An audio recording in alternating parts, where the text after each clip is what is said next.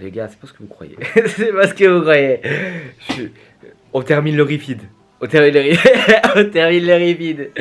On termine le refeed. Du coup, je viens de commander un peu moins de 52 sushis. Je vais me les enfiler. On va terminer le refeed.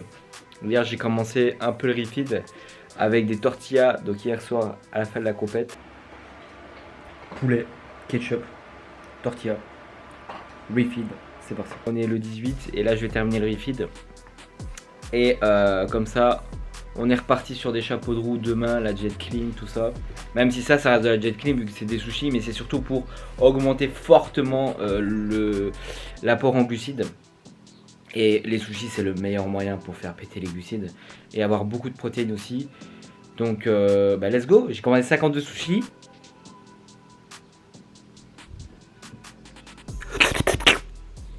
Moi aujourd'hui, c'était le jour de repos. Il fait le focus, fils de.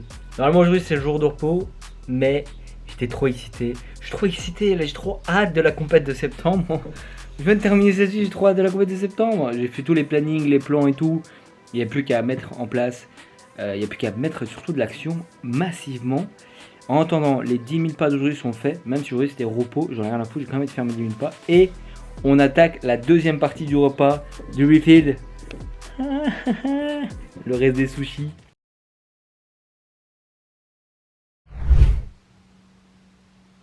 Je vais aller manger, ça va me calmer. Putain, qu'est-ce que j'en ai marre de pas descendre en dessous des 110. C'est abusé. C'est abusé. Il y a toujours le petit 100, 200, 300 grammes avant de passer en dessous des 110. Putain, quand j'aurai cassé enfin cette parallèle, cette barre, je pense que mon poids il va chuter. Mais putain, qu'est-ce que c'est relou. C'est relou. Ça fait 4 semaines quasiment un mois. Bon, après quand je prends le début juin et maintenant, il y a quand même un peu plus de 2 kilos perdus, tu vois, sur un mois. Donc il y a une progression.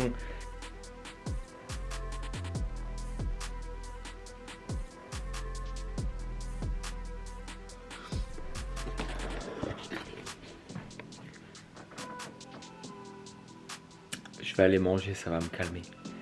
Putain, qu'est-ce que j'en ai marre de pas descendre en dessous des 110. C'est abusé. C'est abusé. Il y a toujours le petit 100, 200, 300 grammes avant de passer en dessous des 110. Putain, quand j'aurai cassé enfin cette parallèle, cette barre, je pense que mon poids il va chuter. Mais putain, qu'est-ce que c'est relou. C'est relou.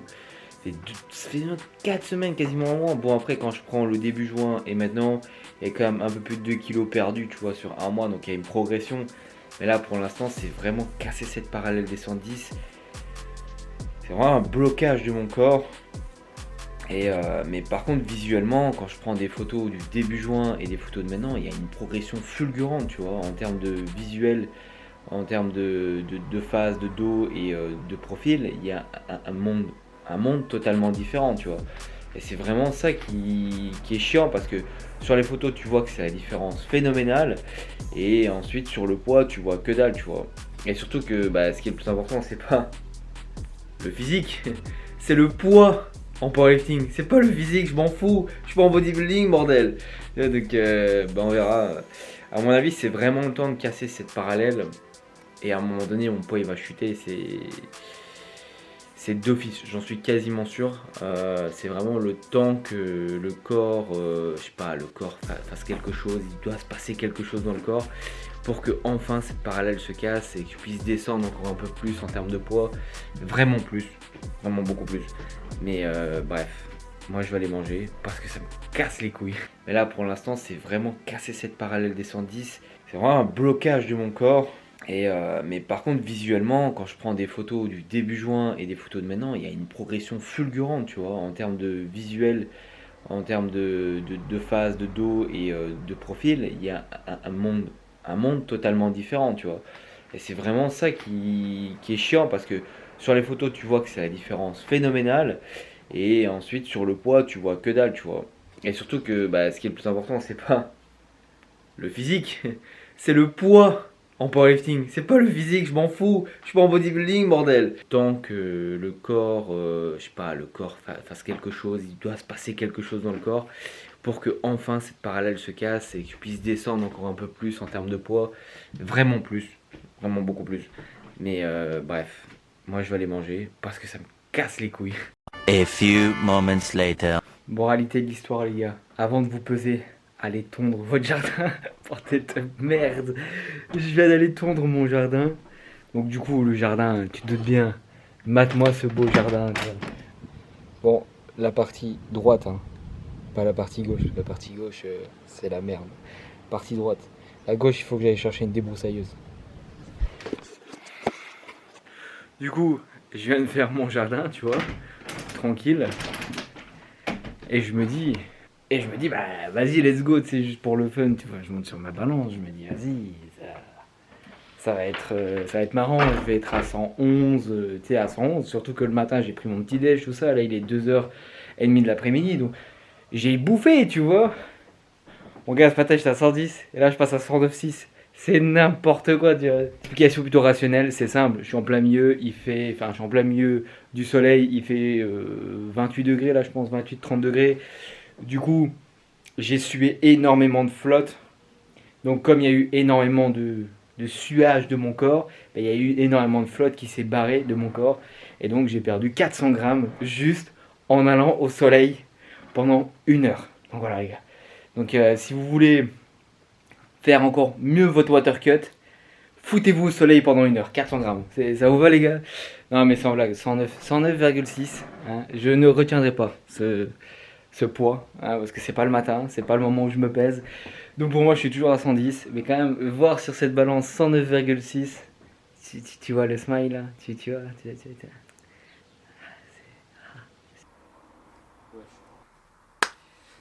Aïe, aïe, aïe, aïe. Il casse les couilles avec sa musique celui-là. Bienvenue les bros dans la suite de Road to National. Dans cette vidéo, rapidement, comme vous pouvez le voir dans la timeline, il n'y aura sûrement pas beaucoup de temps. Mais ce n'est pas grave, cette vidéo aussi a pour objectif tout simplement de discuter ensemble vite fait de la suite. Et donc j'avais envie de faire de cette vidéo l'after compete. Donc une vidéo en gros où normalement vous allez avoir le 26 juin, donc lundi à 18h la vidéo de la compétition parce que j'ai enfin reçu les vidéos pour que je puisse les incorporer dans la vidéo de la compete. Donc les vidéos où j'ai fait mes mouvements de compétition. Et donc ici j'ai vraiment envie de faire une after pour vous expliquer la suite de la progra, donc qu'est-ce qui va advenir et qu'est-ce qu'on va faire après cette compète. Je voulais en faire une vidéo, juste uniquement ça, pas avec du montage et tout le bordel, juste discussion avec un petit fond de musique, tout ça, chill. Donc installe-toi tranquillement, prends une petite tasse de café, une boisson, un Coca Zéro, un Fanta Zéro, prends ce que tu veux gros, avec ta collation et tout ça, et on en discute rapidement, 5-6 minutes, ça suffira largement, et let's go, c'est parti. Donc en gros, après cette compétition, à l'heure actuelle, qu'est-ce qui est prévu? Donc là, à l'heure actuelle, ce qui est prévu, c'est les championnats LFPH qui vont se situer en septembre. Alors normalement, c'est le premier week-end de septembre. Donc dans 11 semaines, ce sera le jour J de la compétition. Donc là, vu que ça fait une semaine depuis la compétition, donc là on est le 24 juin samedi, et j'ai compétition la semaine dernière le 17 juin pardon, ça fait 10 semaines, il reste 10 semaines à l'heure actuelle. J'avais une hésitation avec la date de la compétition, mais je viens de vérifier, du coup c'est bien le 4 et 5, le 2 et 3 septembre. Donc le premier week-end de septembre, il y a la compétition championnat LFPH. Alors ici, il marque All KT, donc toutes les catégories, mais techniquement, de ce que j'ai pu comprendre de mon coach qui fait partie, du coup, vu que c'est lui qui est chef d'un club, et il y aurait les championnats LFPH pour les Open, donc les seniors, et pour les juniors. En gros, on va séparer les juniors et les Open. Donc vous aurez juniors, sub-juniors et tout ça ensemble, et puis ensuite tous les Open ensemble. Mais là, il marque All KT dans le programme. Donc je sais pas si c'est toute KT ou pas, j'en sais rien. Ou est-ce qu'ils vont faire les sub-juniors, juniors, tout ça, le premier, donc le 2, et le 3 septembre, les Open, j'en sais strictement rien. En plus, il y a à la fois les classiques de powerlifting et les équipés. Donc voilà. Avec cette semaine-ci qui se termine, il reste 10 semaines.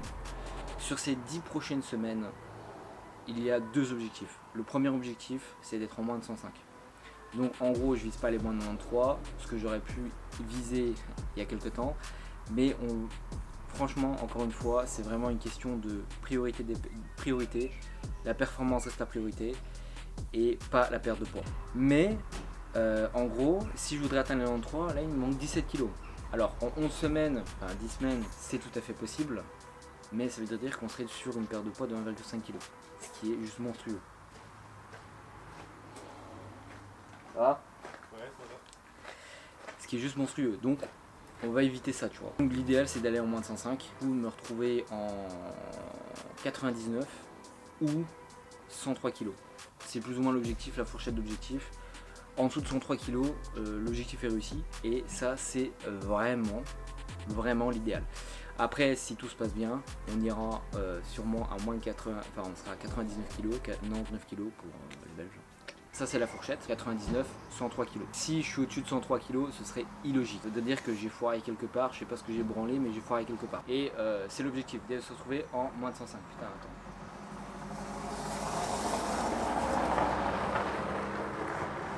Ça éclate les oreilles.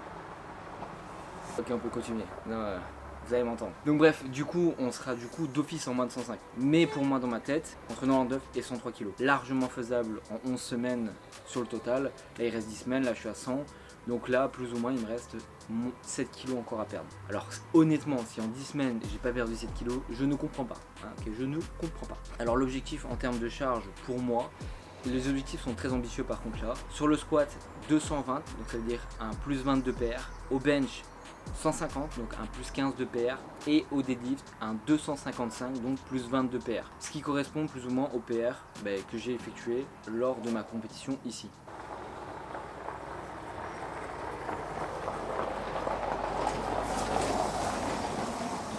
Aujourd'hui, mon gars, c'est un endroit où il n'y a jamais personne. Aujourd'hui, il y a du trafic de fou. On dirait une autoroute le bail. Donc bref, du coup, ça c'est les objectifs. Des objectifs très ambitieux parce que concrètement, je perds du poids.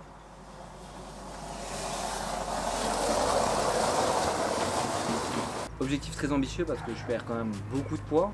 Et surtout que je recommence à arriver petit à petit à ce moment-là à mes 83 kg. Donc mes 93 kg, pardon. 93 kg, j'essaie de faire les deux, de mélanger tout ça comme ça tout le monde comprend.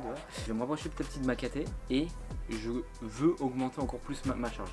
Donc franchement si j'y arrive ce serait insane. Alors le minimum en termes de charge c'est 215 au squat, 145 au bench et 250 au deadlift. Donc je me fixe toujours un minimum et un maximum, donc le plus idéal du monde et le moins idéal du monde. Deuxième chose que je voulais vous parler, c'était concernant les vidéos. Putain frère.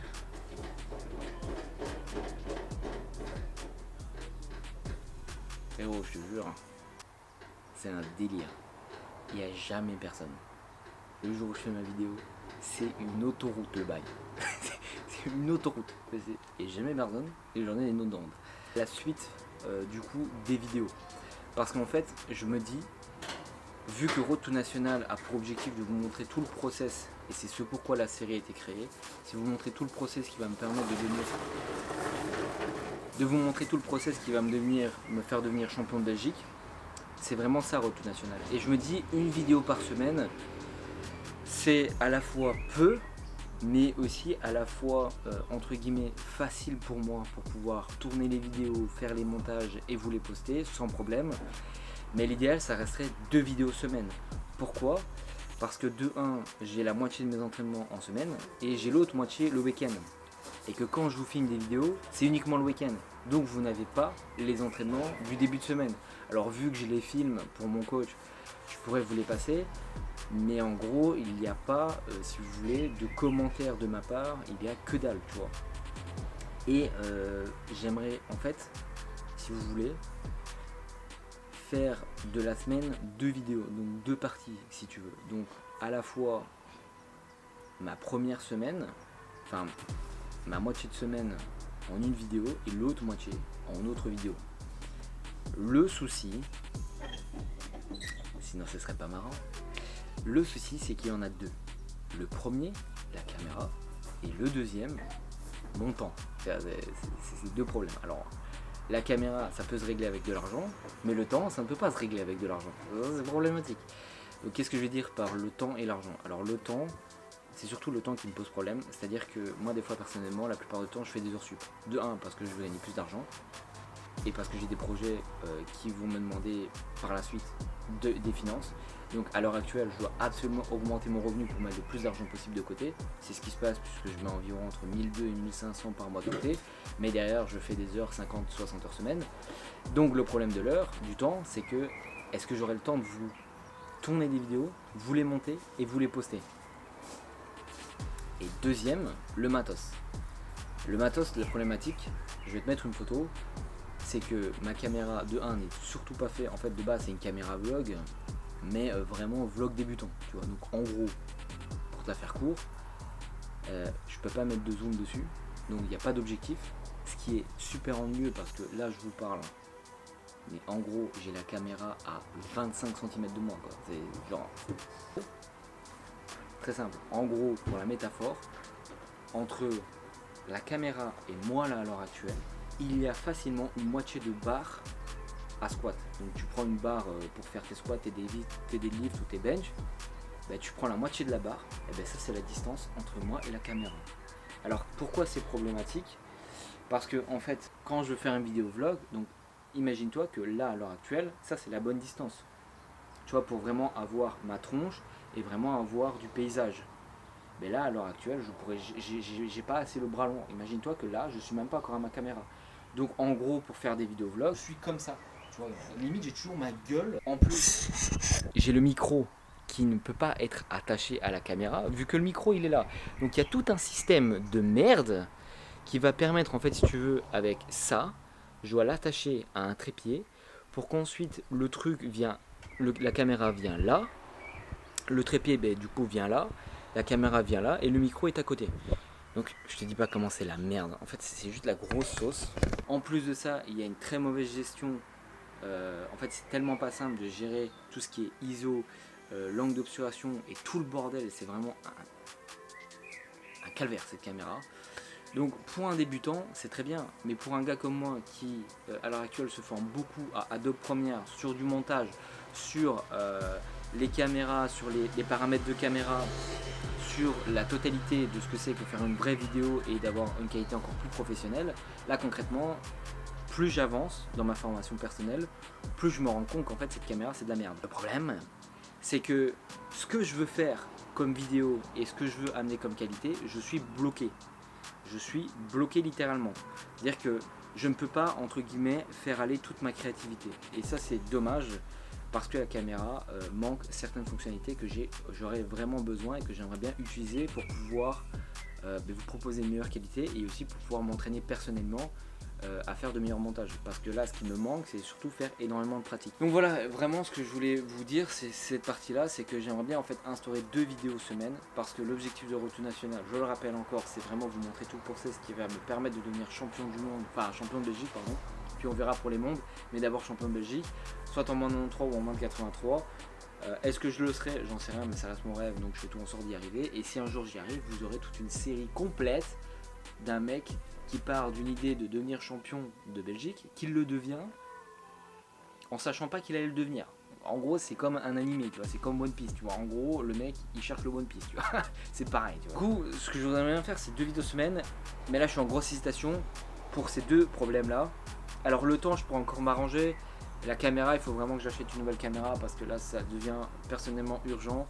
Et en plus de ça, ça me fout vraiment, en fait, le démon de tourner avec une caméra comme ça, en fait, tout simplement. Avant, c'était bien. Pour les débutants, elle est bien, cette caméra. Pour les personnes qui connaissent pas trop, etc., qui font un peu de vidéo des fois de temps en temps, des photos et tout, et moi qui fais tout le temps de la vidéo, elle devient très vite embêtante. En fait, c'est vraiment très vite. Elle est très mal pensée à tout point. Mais en gros, voilà plus ou moins les prochaines semaines, qu'est-ce qui va se passer sur la chaîne et qu'est-ce que je vais mettre en place, tout simplement. Donc voilà les gars, n'hésitez pas non plus à dire votre avis par rapport à tout ça. Qu'est-ce que vous en pensez en commentaire, n'hésitez pas. Et